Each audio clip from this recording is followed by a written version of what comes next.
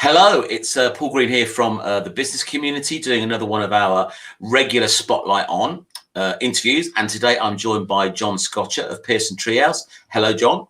Hello. So we're going to sort of probe into John and find out what makes a website designer work. So, John, do you want to sort of tell people who you are and what you do? Yeah, I'm John Scotcher. I have a web development company called Pearson Treehouse Web Development, which I started back in 1999. So the business was actually 22 years old at the start of this month. And the clue is in the name of the business. I develop websites. Okay, so you've been designing websites since Noah was a boy, as you just alluded to. So what got you into that business in the first place? Well, when I left uni, I worked at a sixth form college, and I was teaching how to use Photoshop on Apple Macs at that point, only as a technician, not as a teacher, because they didn't want to pay me that much. At the same time, I bought my own first PC, having only used the university machines before. Played games for about 6 months, enjoyed them, and then thought, I wonder what this thing can do. Is it as good as a Mac? Started playing with it from there, and sort of taught myself the programs that I didn't know, got into the idea of websites. And then when I left there circa 1997, I worked as a tie designer, thrillingly, for a corporate tie company. And when I say designer, actually what I did was simply take company logos and put them onto existing designs of ties. So it wasn't hugely creative. But it was when websites were really very first starting to get commercial, at the very beginnings of that. And they wanted a website because they were quite forward thinking. So I worked out how to build one and then did build one. And then I decided that I'd rather shoot myself than design another tie again ever. So I walked. I think I gave them notice. I was a good boy. And then went back to them as a freelancer and charged them extra money, which to me struck as a brilliant idea. And I was working from home, and I then started to build websites for various of the small businesses that I'd met through my connections with that company. I started off as a designer, working with a guy called Dave Pearson, who was a coder, hence Pearson Treehouse. Okay. And within a couple of years, we were building fairly large websites for the exhibitions industry. We used to do the fantastically named FoodX MeatX, which, as you can imagine, was an exhibition for food and meat that was done up at the NEC. And we built an interactive website for them that was on touchscreen at the exhibition, as well as available, obviously online. And after about another year or so, Dave got really into websites for registrations. So you would register for a show before you went by going online, and got massively into that and started a separate company, which didn't interest me at all because it was very boring design-wise. So we kind of split. I kept the name and started continuing to work for small business and designing websites for that kind of thing. And I've been going ever since. I think I still have maybe 2 customers now that I built their original sites for them back in the early noughties, and they're still with me. And then many customers from then on that are still with me. So I've kind of built from the 3-page website, tiny little thing when a company starts, all the way up to huge bloody websites as larger companies require when they're much more bespoke. Okay, so the Pearson from Dave, the treehouse from where you were living at the time, or where you're in now? That's right. I lived in a treehouse. Well, you've got that resemblance to Swampy, haven't you? Was it Swampy? Yeah, I know. Treehouse, any? It was there was a book I read, a book by the author Tad Williams, and the hacking group in it. It was a science fiction novel. The hacking group in it were called the Treehouse because they dropped their ladder from wherever they were on the internet and let people in. And I quite liked it, so that's why I took Treehouse, because I thought it was very pretentious to use my own name. Although actually, The company legally now is John D. Scotcher Limited. So I got over that pretension about 10 years later. You moved on. So obviously technology has evolved quite massively from the days where I remember using Front Page. Was Front Page Yeah. and Dreamweaver, was that another one that people used to use? I still have it on my computer to this day. Right, okay. And then Flash was sort of like all the rage at one point. Now I guess it's moved on to I guess content management systems is the place where most people go, so they've got more flexibility over the control of their website. So obviously you know about WordPress. WordPress is what most people know. You use a slightly different platform. So do you want to say a little bit why you chose that path versus the if you like traditional WordPress path for content? Yeah, because I'm not an idiot. Sorry, no offense, WordPress. I don't mean that. It's got its place and it's very, very good. And I will rant about WordPress later, I'm sure. But the reason that I chose the platform that I chose is because I came to web development from a design background. Mm-hmm. So when I wanted a content management system that would allow my customers to edit the content of their own website, I didn't want something that I had to shoehorn my designs in to fit the way it worked. Mm-hmm. And also, when I got into content management systems, which was circa 2007, 2008, WordPress had only just moved from its origins of being a blogging platform and hadn't really developed into the content management system that it claims to be today. As a consequence, it just wasn't fit for purpose for what I wanted. Although I come from a design background, I learned code by coding it. So my first websites, when I first got into the code side of things, are entirely built using nothing but Notepad. I just coded everything by hand, and I'm quite a purist when it comes to websites. I don't think there should be a single person in the world who claims to be a website developer that doesn't know their way around code. Sadly, there are tens of thousands, if not hundreds of thousands, because the platforms they use make it easy for them to not bother learning anything, which is a terrible shame, but it is what it is. But because of the way that I code, both then and now, I code using Dreamweaver. Dreamweaver's a great platform, but I just keep it constantly in the code window. I never bother going into the design window. But it means that when I design something in Photoshop and I design it to the pixel, I can design that with the understanding that the final website is going to look to the pixel what I've designed. So when I present a design to a client and say, this is what you're going to get, it actually means this is what you're going to get. Whereas a lot of the other platforms out there, that you can't not do it on the other platforms. You can do it with WordPress if you know what you're doing. You can get right into the guts and build your own theme, but it's a dumb way of doing it because it's a long-winded and pointless effort. And what most people will tend to do is they'll tend to grab a theme and then bastardize that theme by changing the colors, changing the logo, moving a few little dials in the theme interface in order to make it look vaguely like the design that the client has approved. That's just not good enough for me.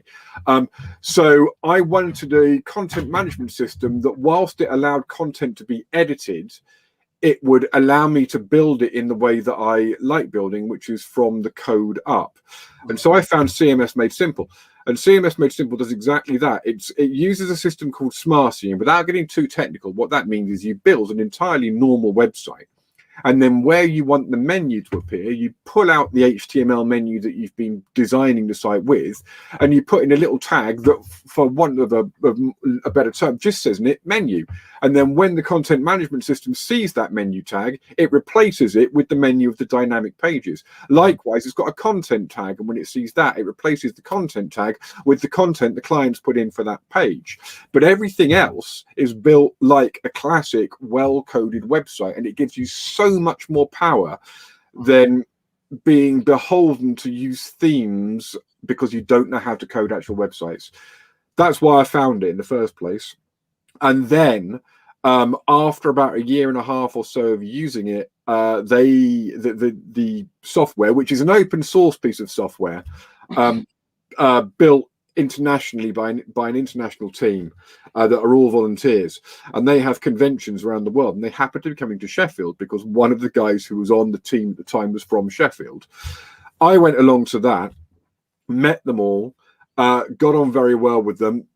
2 or 3 years later, I then went to the next one, which was in Amsterdam, and at that point I volunteered to join the team, initially in the marketing department, helping to push the software out there, and then further into a little bit of the coding, bit of the event management, to the extent that I am now the chairman of CMS Made Simple, which is terribly exciting.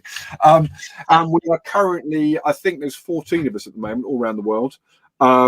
The software has in the past had over 1 million websites running on it at any given point. We are less than that at the moment because we have removed some of the things that it did in order to just change the platform, which I won't get into technically, but it's meant that for perhaps some of the very, very basic brochure sites, I think there are better platforms. If you need a basic brochure site, then go to Wix or use WordPress. There's no need to have anything massively clever. But yeah, so I'm a bit of an advocate for the software, because not only have I used it for over a decade, probably a decade and a half or so now, but also I'm a very active member of the development team. I mean, obviously, I'm a client of yours. I use it, and I was a WordPress boy up until that. I still do have a WordPress site that I manage for another project. But it takes a bit of getting your head around, because obviously with WordPress, if you want to do something, you're looking for a plugin, you download that plugin. It makes obviously the website very, very bulky and cumbersome in terms of code, because you're putting all these things. And that was my problem. I'd add and then all of a sudden, wonder why my website was taking 5 minutes to load the homepage. So I think it's a little bit of a you have to get your head around your platform, and also the benefit it gives me. I can come to you and say, I need this doing, and then because you're writing it from scratch, you can obviously write the code to do that. Because often with plugins you get them and they're overkill for what you actually want, and you try and say you're trying to make them work for what you really want. Whereas from my point of view, I can just say, web boy, design that, and you go away and design it for me. I do indeed, whilst doffing my cap. And yeah, you're absolutely right. And the two of the reasons why I'm not a fan of WordPress and why I am a fan of CMS Made Simple. The first one I've already touched upon. It's it's both wonderful and shit at the same time, and that's the fact that within 24 hours somebody can claim that they're a WordPress developer, because the entry level in order to develop a WordPress website is very low. Now, that's not a bad thing at all, and that's great if that person then goes on to make the effort to learn the other stuff they need to, so that when their clients need stuff doing, they actually know how to do it. And the WordPress developer that I rate is Tom, who's part of the BuzzCom community, because Tom has done that. I don't know Tom's background, but he's a WordPress developer who actually knows his stuff. So if ever I get anybody coming to me with a WordPress issue, I always pass them straight over to Tom, knowing that Tom will either know how to drill down into the code to solve the problem, or he'll know how to research how to drill down into the code in order to solve the problem. And that to me is why I grit my teeth each time I go into a networking meeting, and it's happened time and time again, when somebody comes into the room and goes, I'm a WordPress developer. And I think, well, let's see how long you last. And 3 or 4 months later, they've disappeared entirely off the circuit, because they realize it's a financial race to the bottom, because there's so many at that level WordPress developers. And they realize the work isn't out there because there's so many at that level WordPress developers. So that's the first thing. And the second thing is to do with the WordPress plugins that they have. And WordPress has grown up organically, and that's brilliant, and it does some fantastic things. WooCommerce is a great bit of kit if you want to run an online shop, and I can't fault it at all. It's easily as good as Shopify, and other platforms are available but for entry level, just to get widgets on shelves and then get them into a basket and get them sold. Bang on. The big problem for me with WordPress, which is something that we don't have in CMSMS, is WordPress plugins don't talk to each other. So you have to rely on the developer you've chosen to throw your lot in with having developed a suite of plugins that are going to work for you, or you have to hope that somebody else's plugin hasn't been written in a way that makes the existing plugin you've got crash because they don't talk to each other nicely. Whereas CMS Made Simple, we've got an established architecture with all of the modules that we have built.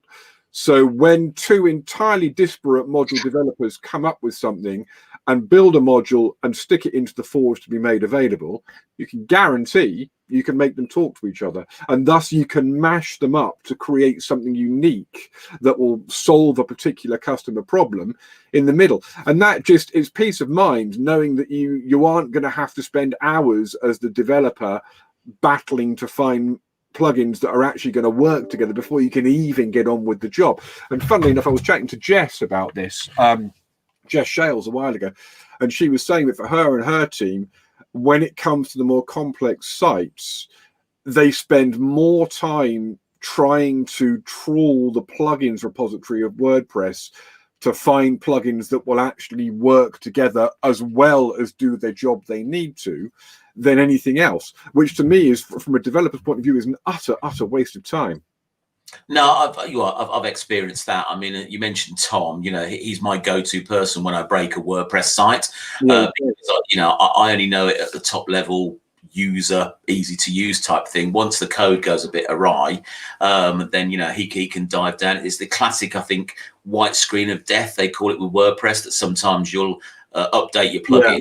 And there'll be a conflict, and all you get is literally a white screen when you go to the website, which did happen to me. Which, bearing in mind that, you know, my networking business relies on being able to book through the website, was a bit of a panic, as you can imagine, when it happened. Yeah, and of course it happens. And of course it happens at something like Friday at 4 o'clock or something. You know, just the worst possible time. But no, Tom's been really good, because he can go and look in wherever he looks. I'm not going to pretend to know, and sort of finds out the offending item, disables it, and your website's back. But, you know, it's I understand that, totally get that. So the reason that I guess I chose you, because I'm not fussy, no, because you do a nice little package which makes it accessible, rather than me having to find a couple of grand to sort of pay for a website. You've come up with a sort of like monthly option. So what was your thinking behind that? Have I answered my own question in terms of making it accessible? Yeah, look, the thinking, the background to that will probably explain the thinking. So, and we've discussed it in networking before. And many years ago, I did the classic small business thing of having too many eggs in one basket, in the fact that I've always run a model that I code a lot of graphic designers' sites for them. So, who knows, if you've had a site from a graphic designer, there's every chance it could have been me that coded it. That means that they can take advantage of what I was discussing earlier, of being able to provide a design to their clients, knowing that when the design is then rendered into a website, it's going to be pixel perfect to what the client has approved. I work with one particular graphic designer, and she changed her business model, and funnily enough went down the WordPress route. And the reason was that she wanted more control and wanted to be able to do more stuff herself. So I completely get it from her point of view.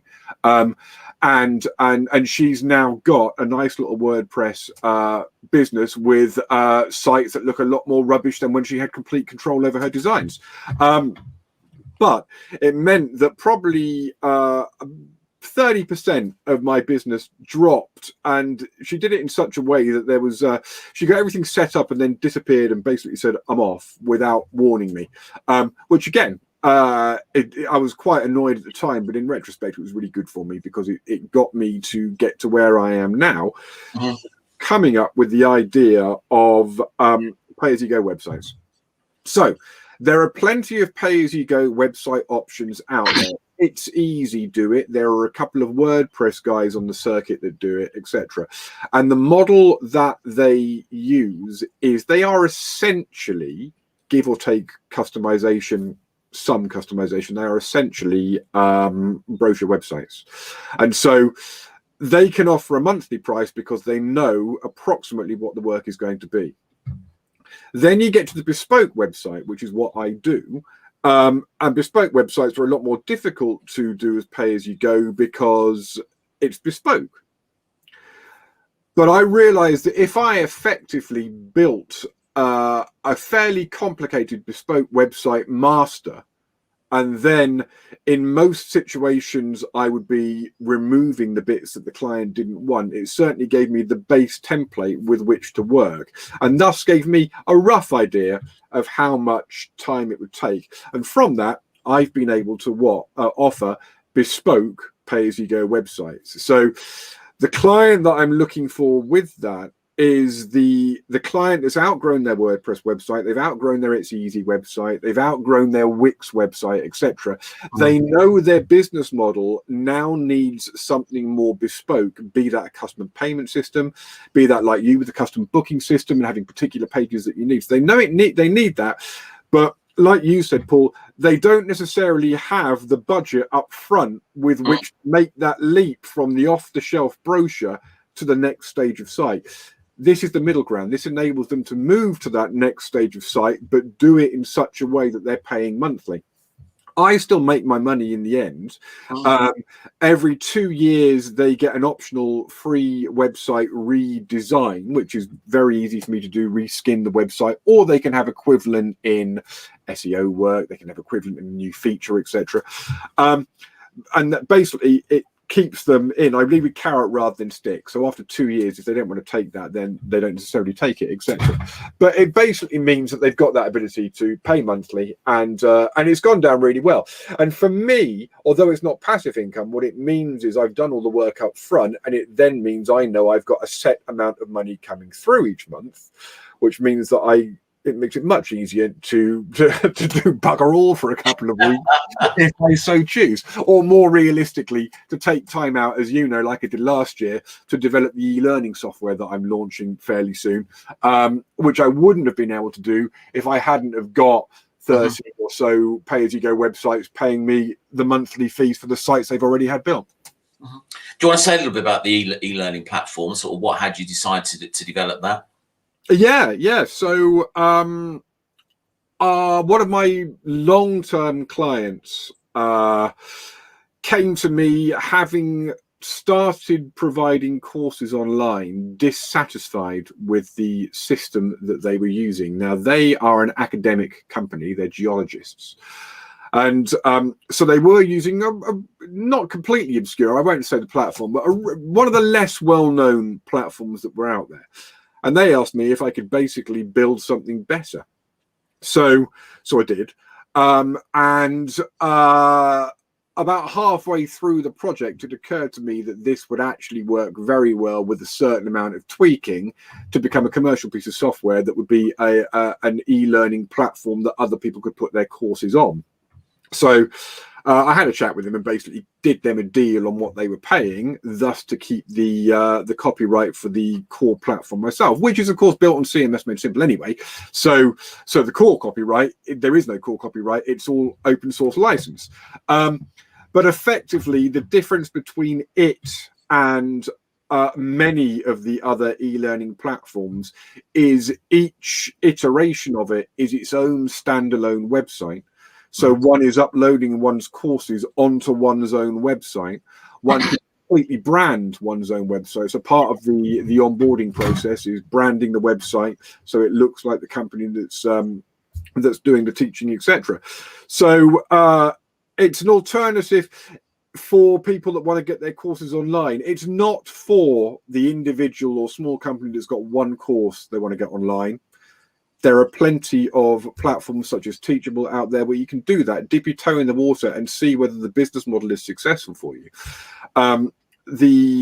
The clients that I'm interested in finding are clients probably that are already trainers that have got 4 or 5 courses at least that they want to get online, and don't want to have those courses lost in the ether of a giant faceless platform where they're just one tiny course amongst millions, and want to have their own branded website. And of course, because it's on CMS Made Simple, the other thing one can do is run one's entire website for it. In fact, I'm actually I'm mid-build at the moment for a mental health first aid company that provide mental health first aid courses to business and individual, and they're ditching their main website and just using the online platform with all the course power and using the rest of it as their brochure website as well. So they've actually ended up saving themselves money for what they were paying in the first place, and ditched Teachable and ditched their current website and amalgamated it all into one. So yeah, it's been a good little process, and I am battling to get the last couple of marketing videos shot this week, thus to launch it at the end of the week, all being well, and Paul Green and other people not bothering me and making me come and chat for an hour when I'm trying to make video. Well, you didn't put your holiday request form in, John. How am I meant to? I'm so sorry. I should have thought that through. So I think it's a great idea. I mean, I like the idea of being able to white label it, and in the current climate room where a lot of people have had to transition their business online, then having a flexible platform like that has got to be a benefit. So good luck with it. So I often ask people, what drives them, what's their why, what gets you out of bed in the morning doing this after 22 years. So what would you say is your get out of bed each morning motivator?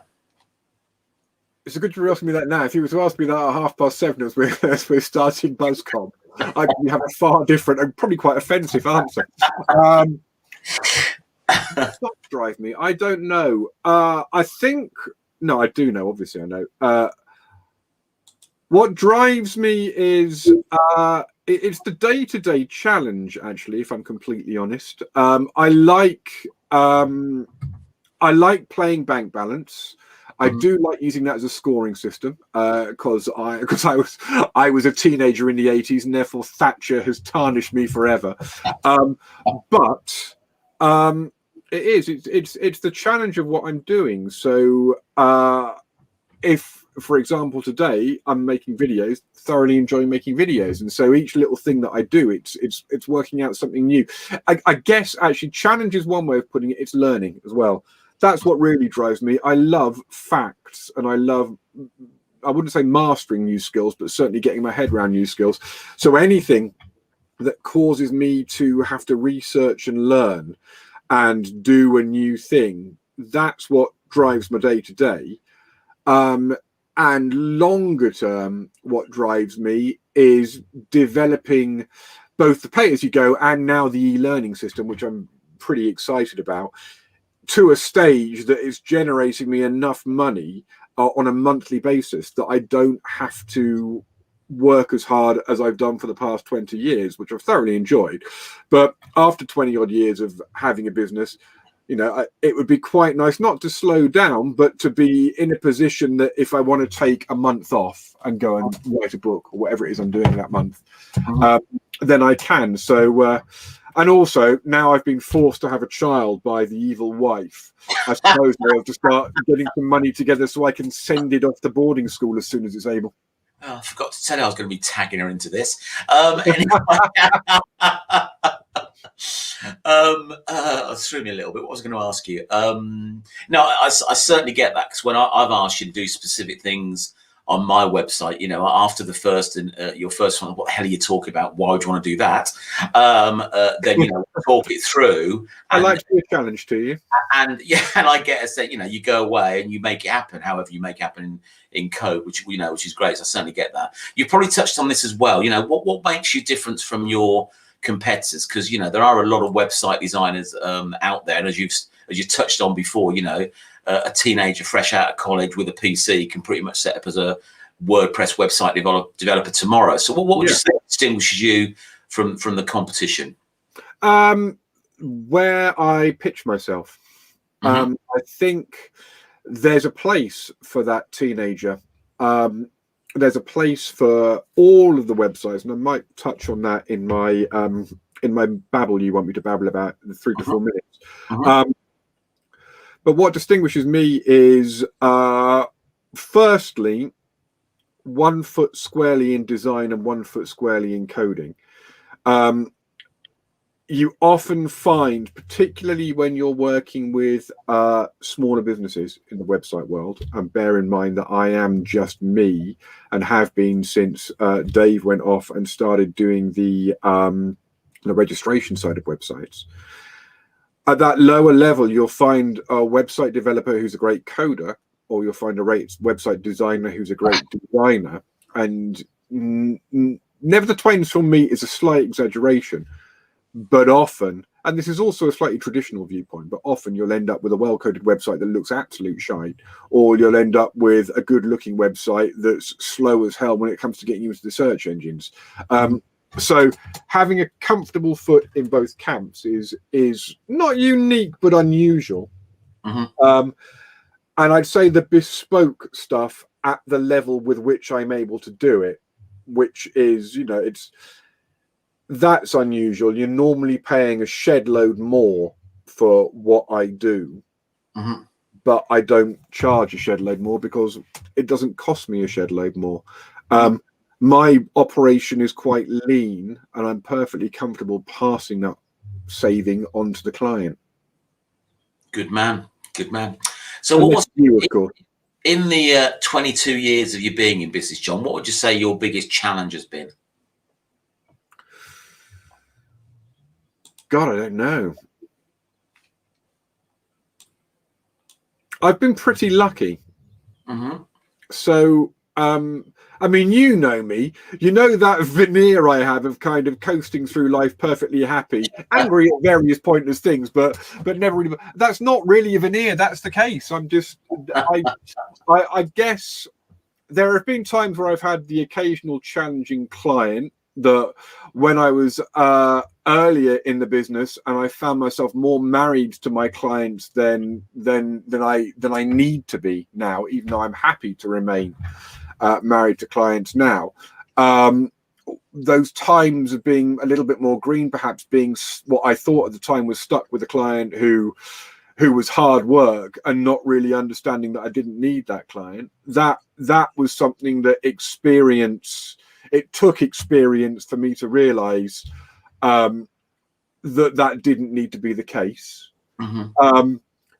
Obviously, early on, like anybody in business, particularly before I had things like pay as you go, and when I was really young and didn't necessarily have the breadth of existing clients that I have now, there's the month to month, where the hell's the rent going to come from next month? But, that's kind of a touch wood. That's a long way in the past now, because I have got 22 years worth of clients, of which many remain with me, and many pass me new clients by nature of the fact that they trust me and rely on me. So I don't know. I guess maybe the other thing most recently is time more than anything else, by nature of having a family, trying to get the time in to work. And since Tovi, my daughter, was spawned, I have split my time. I look after her 2 afternoons a week, just because we're too much of skinflints to pay for that much nursery time. And actually, joking apart, I like it. And I'm lucky that I can take 2 afternoons out a week in order to look after her. But that doesn't mean when I've had 5 jobs come in and they all want things next week, I don't find it slightly stressful that I've got 2 afternoons out of the office that I can do with the work I need to. And one thing that I absolutely swear by and have done for the past decade is I will not work evenings and weekends, because I put the time in and we don't work. I think I understand why people work evenings and weekends, but I've done my time doing that, and that's not why I have a business. No, absolutely. You found the right balance. So Mark Costa's tuned in. He asked a question. I can't put it up on the screen because it is a little bit War and Peace, and it might blank out the screen. So he said he's redesigning his site with the intention of each of his service pages to have a section of FAQs specific to that service and an explanation of the overall process. His hope was that would perhaps have some SEO benefits, but it's been suggested to him that this might be too much info, and that the marketing objective should be to get them to react, and holding back some info would be preferable.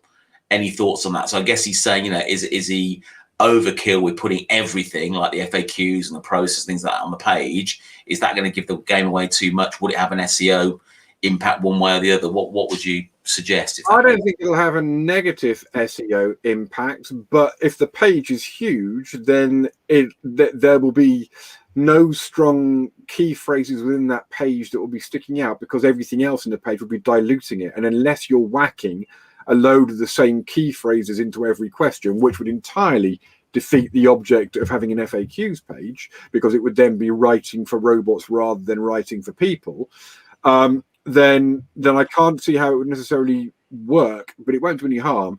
If you're doing that page, you're doing it for the human beings that are reading it, not for the bots that are reading it. So write it for the humans that want those questions answered. There is a good argument to say that, Mark, if you can use 1,000 words instead of one, you will, and that's okay. But don't give it. Yeah, exactly. We know. Don't give. I mean, the whole not giving everything away is not a bad thing. Whoever said that, I'm inclined to agree with them. And also, there's a little bit of a danger. And I know that I go too far the other way. There's a little bit of a danger of appearing needy. If you're telling them everything, it's the same as getting up at networking and trying to tell people, not that you do this, it's the same as getting up at networking and trying to tell people everything you do in 40 seconds. When we all hear somebody do that, we just kind of think, oh, bit needy. They could have just gone with one thing and then asked us to come and find out more. So FAQs, make them FAQs that real people would actually ask. Don't put more than that in. Okay, that's him dealt with. So you're going to share some of your infinite wisdom with us now. So I'm going to put you into solo like that. So we have a full-on John Scotcher. So so the floor is yours, John. I think you're going to talk about how to sort of like choose the ideal web platform. That's at least what you might have changed your mind, but over to you. No, I'm going to talk about website platforms and some thoughts about why you choose the website platform that you do, or why you should choose the website platform that you do. Now, I've got a fairly shoddy metaphor that I've been not fully forming for a couple of years now, which I'll come on to, but you choose the website platform for where your business is. If you are a startup and you need a presence online, then go to Wix, go to another build your own website. Don't spend money on something that you don't need to spend money on. When you're starting up, spend your money on getting out there and networking. Spend your money on advertising. Spend your money on AdWords to get people to your site. Make sure you haven't got a completely shoddy site by all means, but you only ever spend money on your site as you need to. I think a site kind of should justify its own budget. So whenever you are spending money on a website, you need to know how that website is going to recoup that money for you and how it's then going to go on to make you more money on top. So starting wise, I would always say something like a build your own website is brilliant. Equally, if you want to spend a little bit more, then WordPress is great, and WordPress can actually take you quite a long way. You can have a WordPress site. You can have a WordPress site forever if you want. If your business doesn't need that much of a website presence, then go for that. Probably the thing to work out is, what do you need your website for? Don't just think, I have to have a website because everyone says to me you have to have a website. You actually don't. You can have a perfectly good Facebook business. So before you think about what website you need, think about the problems that your website is going to solve. Is it a brochure website? Is it an online shop? What are the things it needs to do? From there, then look at your platforms. Always get 3 quotes. Always get 3 diverse quotes as well, even if one of those quotes is a build your own. So the shoddy metaphor I was going to talk about, think of websites as a supermarket. If you go down the route of having a build your own website, think of that as the freezer aisle with microwave meals. You can go there and you can buy a bunch of microwave meals, and they are perfectly good food, but they may all end up tasting a little bit like other meals, slightly synthetic, etc., etc. You're going to know it's a microwave meal, but if you're hungry, it fills a hole. If you then think about perhaps some of the far end, the completely custom websites,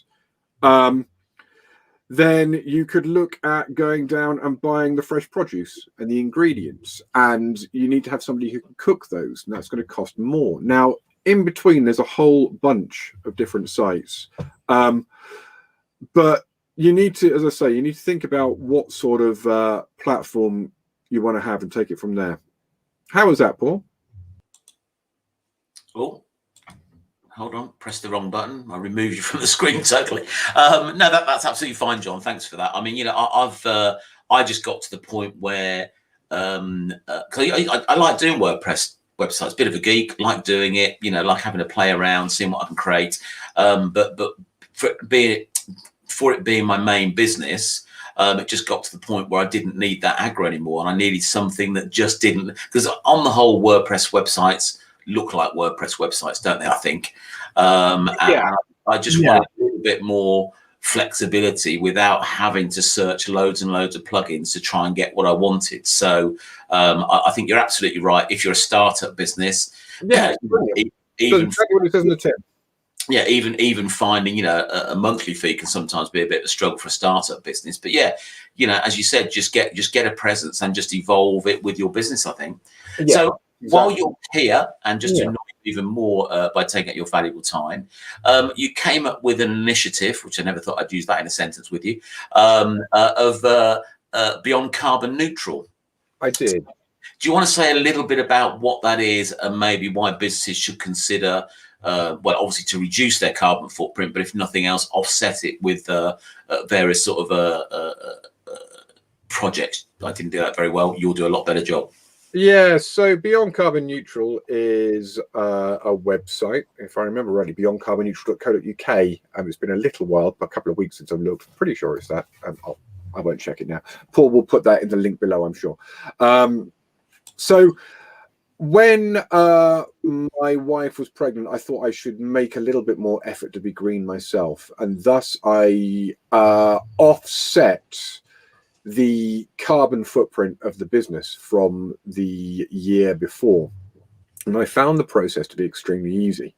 It was that there are a load of different online calculators that allow you to calculate your carbon footprint, and you can choose one of those, find out how much carbon your business has used, using nothing more complicated than your previous end of year accounts, as long as it's telling you how much lecky you used, how much petrol you used, etc., etc., because all those things that your accountant will need to know anyway in order to do your end of year turn out to be the things that a carbon calculator needs to know in order to work out how much carbon you used. So the entire process probably took me no more than a couple of hours.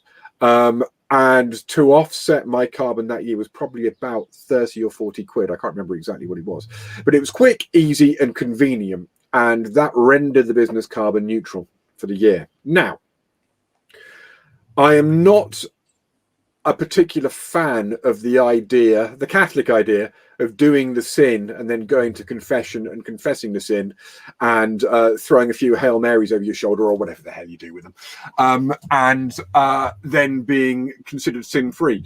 And thus, the idea of spending the carbon in the business and then just paying to offset it, to my mind, is an uncomfortable way of being carbon neutral. But it did get me thinking about carbon neutrality. And it also got me thinking about how I could encourage other businesses to do the same. So I then set up Beyond Carbon Neutral as a website, which basically kind of explains what I just explained to you. Gives a bunch of different options of carbon calculators that can be used, and also gives some example charities that will allow you to carbon offset. And I've then, through I'm going to call it a lecture series, but what that means is just pimping myself out to Paul's meetings and talking for 10 minutes. Through doing the 10-minute talks, I've encouraged other businesses to go onto the site, find the links, and carbon neutralize themselves in the same way But behind that, and what I've done since carbon neutralizing in the first year, is basically getting businesses thinking about how much carbon they are using, which they naturally will do as they're carbon neutralizing through the calculator. And that then encourages them to not only change the calculation or do the calculation year by year, but also find ways to reduce the carbon they're using each year, thus to reduce it in their calculation. So beyond, that's why it's called beyond carbon neutral, because the idea is that although you start off by calculating your carbon footprint and reducing that through offsetting, ideally it then shows you where you can make savings to become a more carbon neutral company in the first place before you need to resort to offsetting. And I think we've got, I can't remember how many businesses we are at the moment, but if I just type in beyondcarbonneutral.co.uk, currently we have through all the businesses there, we've offset 282, nearly 283 tons of carbon through that website and through businesses signing up. So I count it as a quiet success. It's become a little harder to do this year by nature of the pandemic. But on the plus side, most businesses are spending markedly less on travel anyway. So everybody is a little bit better carbon-wise than they were last year. I'm going to ramp it up again once we get out of the current lockdown and try and pull more businesses on board. Why should businesses do it? From a purely cynical view, if nothing else, because it comes with the ability to put a self-certified carbon neutral badge on your own website, and websites and companies that can demonstrate having made an effort with their carbon footprint at the moment are much more marketable than anything else. So if you're a pure cynic, like I am in my very blood, then it's a good thing to have on your website. If you care about the planet and feel that you want to get on board with something like this before you're forced to do it anyway by legislation, which will happen, then come and join us and be part of the movement. Nice to know you've had a movement on this video, John. Oh, no, I recommend doing it. It's not as hard as you think. And I think if you are a small business and think, well, it's up to the bigger business, the mass production facilities and all those people that it's their job and the government's job. There's 5 million SMEs or that round about that sort of level. If everybody did something to A, offset their carbon footprint, and B, reduce it, then that would start to make an impact. You don't have to wait for all the bigger corporates to do that. So final thing, John, given your experience over the years, if you were to sort of like give one sort of top tip for any small business out there, what would that top tip be? Don't bullshit. Okay. Don't claim or attempt to do the things that you don't do. Be a master of what you do. Don't try and be a jack of all trades. I think that's good advice. Absolutely good advice. Thanks for your time today, John. I know you were having a week off to focus on your e-learning platform. Didn't realize that, so I do appreciate you taking the time out. No, thank you for disturbing me. It's my pleasure. So we'll end the broadcast there. Thanks very much.